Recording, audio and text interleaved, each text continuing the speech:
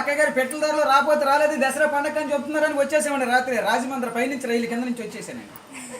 ఏమంటే అక్కయ్య గారు మరి మీకు ఏమైనా డబ్బుకి దానానికి ఏమైనా లోటుకుంటే చొప్పండి సాయంత్రం మాకు ఉత్తరం రాసి పోస్ట్ లేకుండా పొయ్యిలో పడాడు మాకు తొందరగా పోతుంది.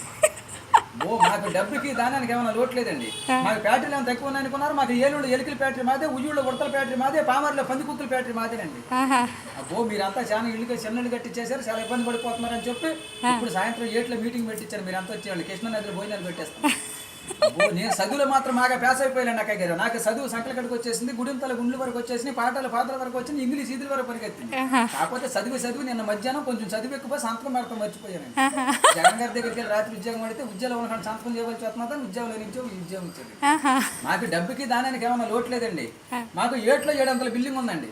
దాంట్లో ఏమి వచ్చి కట్టించానంటారు బిల్డింగ్ కి పింక్ అయితే పేలిపోతే నాపర నలిగిపోతే సిమెంట్ సితికిపోతే తాటకైతే గలగలంటుందని మా ఆబద్ధాలు ఆపించారు. కొత్త కలప తయారు చేశారండి. ఏం కలప అంటారు? అది జిల్లేడు కలప, బొబ్బాసి కలప, 9 దోలాలు, ఒరిగే దోసాలు, సీపుల కిటికీలు, పోడిపి గచ్చు, తామరా కప్పు, ఇంటి ముందర రొచ్చు, ఇంటి వెనకాల గచ్చు. చూపులే బాగానే ఉంటుంది. అప్పుడప్పుడు చుట్టుకాలు అంటే గమనం చుట్టేసుకెళ్ళిపోతుంది. మాకు డబ్బుకి దానికి ఏమైనా లోట్లేదండి. నా గమనం చూసి మమ్మల్ని చూసి పాకిస్తాన్ యుద్ధానికి రమ్మంటే ఇదే కనిచ్చుకుని వెళ్ళానండి.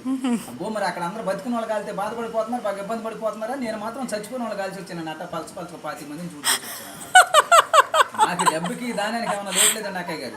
మాకు విజయవాడ 60 బట్టల షాపులో ఉన్న మీకు ఏమైనా పండగ కొత్త బట్టలు పెడుతున్నామని అక్కలందరికి అబ్బో సీదే చీరలు, వాణిశ్వర లంగాలు, జ్యోతులు వచ్చిన చీరలు, లగ్గుమా, నెక్లెస్లు, మేనా గాజులు, మాకు అంతా డబ్బేనండి అక్కయ్య గారు. కాకపోతే కొంచెం చిల్లర లేక ఇలా బయలుదేరి వచ్చాను. Thank you.